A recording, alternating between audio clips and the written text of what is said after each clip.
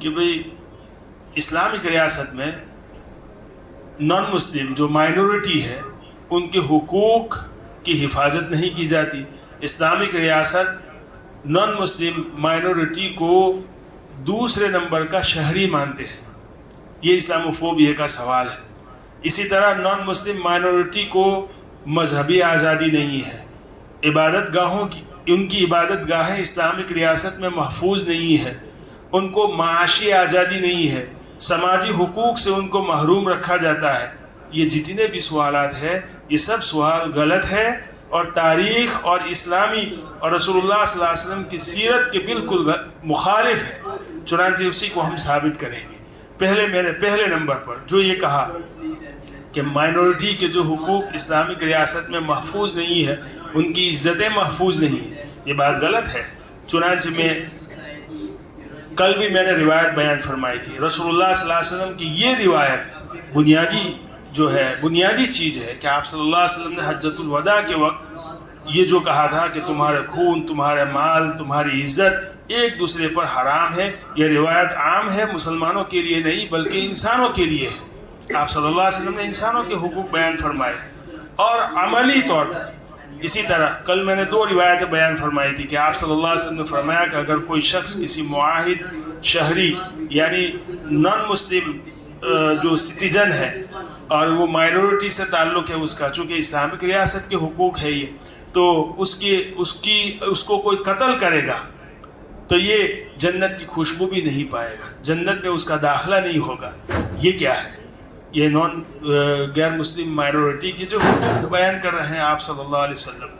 اسی طرح میں نے کل روایت بیان فرمائی تھی کہ رسول اللہ صلی اللہ علیہ وسلم کے دور میں ایک مسلم کو لایا گیا کہ جس نے ذمی کو قتل کیا تھا. آپ صلی اللہ علیہ وسلم نے قصاص میں اس کو قتل کرنے کا حکم دیا. کون کہتا ہے کہ اسلامک ریاست میں نان مسلم یہ 2nd نمبر کا شہری ہوتا ہے؟ نہیں.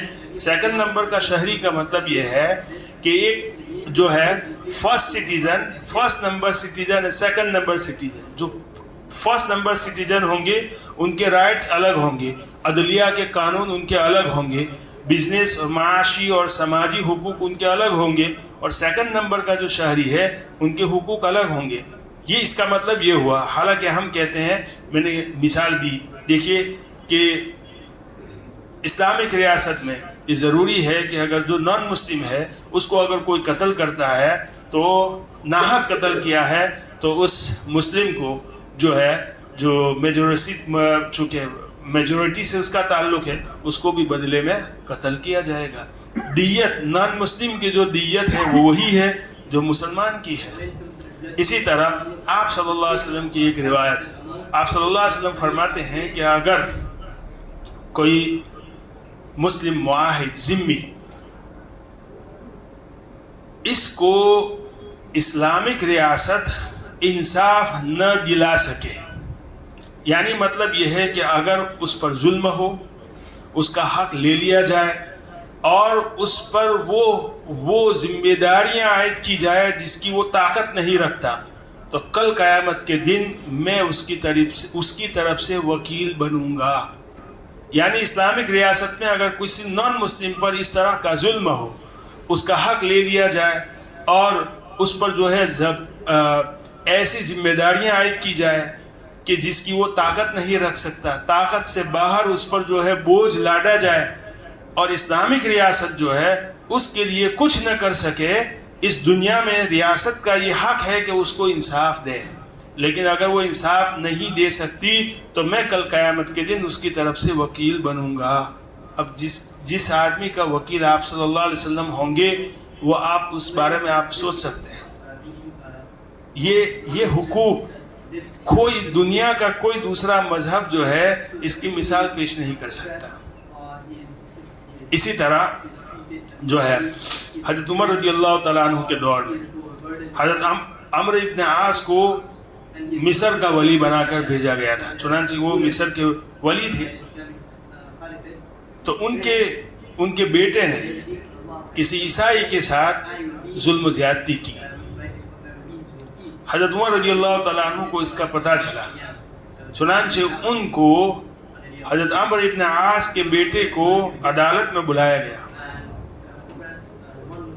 اور حضرت عمر رضی اللہ تعالیٰ عنہ نے ان کو جو جملہ کہا تھا کہ مَتَسْتَعْبَدْتُمُ النَّاسِ وَلَقَدْ أُمَّهَاتُهُمْ وَلَقَدْ وَلَدَتْهُمْ أُمَّهَاتُهُمْ أَحْرَارًا۔